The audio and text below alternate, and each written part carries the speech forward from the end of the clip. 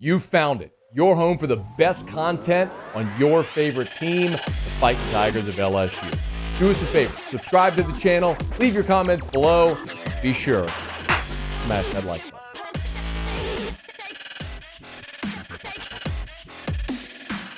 We know that Ed Orgeron's buyout is going to cost LSU $16.9 million per his termination agreement, which was released to the media. And there's also some other oddities in there, like he can't take an SEC head coaching job.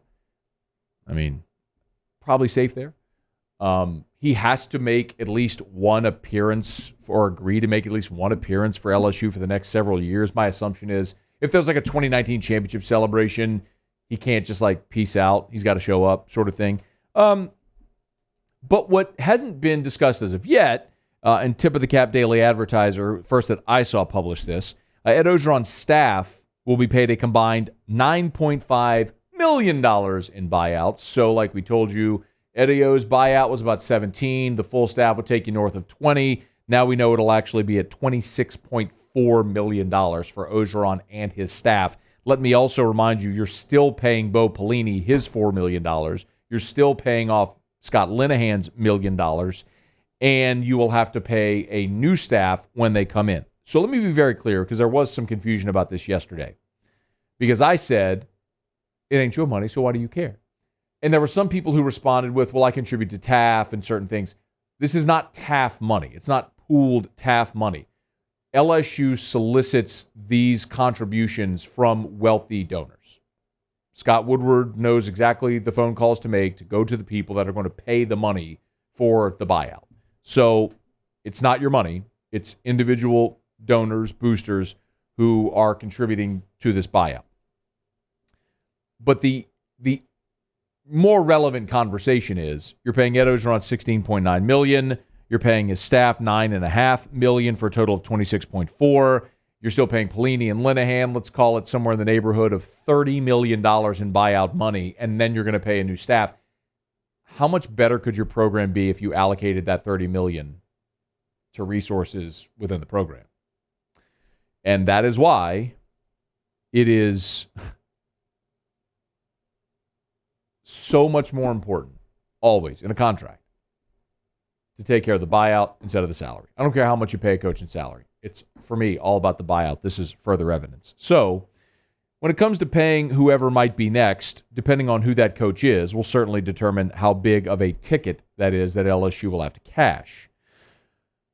And you've heard a lot of names, and there was at least one report that suggested that Scott Woodward would take his cut at Dabo Swinney. Dabo's won a couple of natties over at Clemson. Of course, LSU beat Dabo Swinney and Clemson for the 2019 championship and the 2020 college football playoff championship, January 2020. Well, Dabo Swinney had media availability today, and he was asked about the LSU job and the report that LSU would take its swing. Here's what Dabo said. Yeah, this is the only Death Valley I'm concerned about right here. That's for sure. Short, sweet, and actually believable. For Dabo to leave Clemson, where he's built that juggernaut, where he's won a couple of natties, played for a couple of more, and lost, even in this year, I could understand that because of this sort of regression of a year for Clemson, you might look and say, boy, if there was a time to hit the escape hatch or pull that ripcord, this would be it. I just don't buy it. He's built that program. There's no reason for him to go anywhere. The report or the rumor has always been that if he did leave, he would be Nick Saban's heir at Alabama. That's also hard for me to imagine. Why would you want to leave what you've built to go follow in the footsteps of the greatest to ever do it? Build your own legacy at Clemson. I believe Dabo when he says he's not interested. But that is the kind of name, the splash, the swing that Scott Woodward would typically take. Same could be said typically for Jimbo Fisher. And this has been something that's been oft discussed because Scott hired Jimbo Fisher at Texas A&M. They are friends. They were at LSU together back in the early 2000s. Jimbo's affinity for LSU. LSU has walked down this path before. Scott Woodward is very good friends with Jimmy Sexton, who is Jimbo Fisher's agent. There's a lot of reasons why you would believe that phone call would be made. But Jimbo Fisher was asked point blank about the LSU job, and this is how it went. So I guess I'll cut to the chase. Do you have any interest in the LSU No, listen, job? I am. I'm gonna say this right now, and I don't want. It's in October right now. I love being here. This is the job I wanted. I'm being here. I got a great contract. I have an unbelievable chancellor, have an unbelievable president, unbelievable AD. That we're building something. We're recruiting great players. I really believe we're on the process of building something great. I plan on being here and fulfilling this contract and doing everything.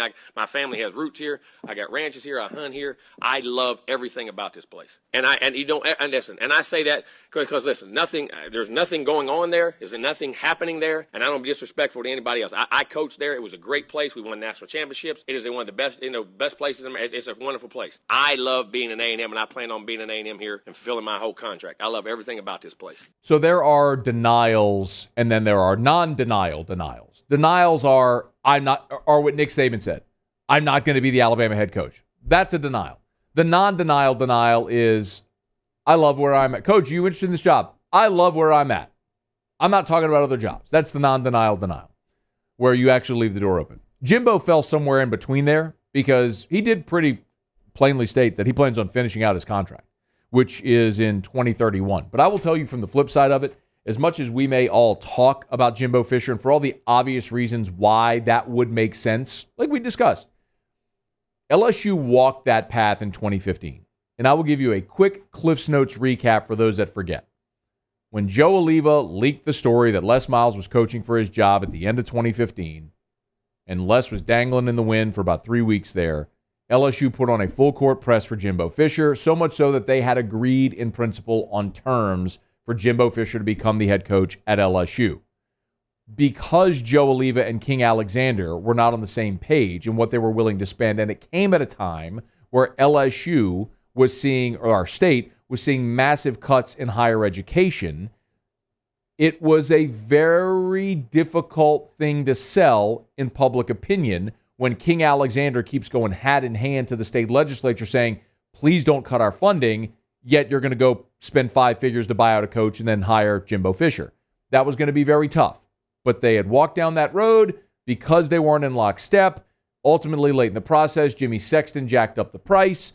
Oliva had to go back to King and said, hey, they upped the price. It's now this. At that point, LSU moved away from the table. They left the negotiating table. Everyone thinks that decision was made at halftime of the A&M game. It wasn't. It was made Wednesday before Thanksgiving. They just told board members at the stadium during the game, so they weren't surprised when Joe Oliva went post-game into the press conference to announce that Les was staying. That's how that all played out.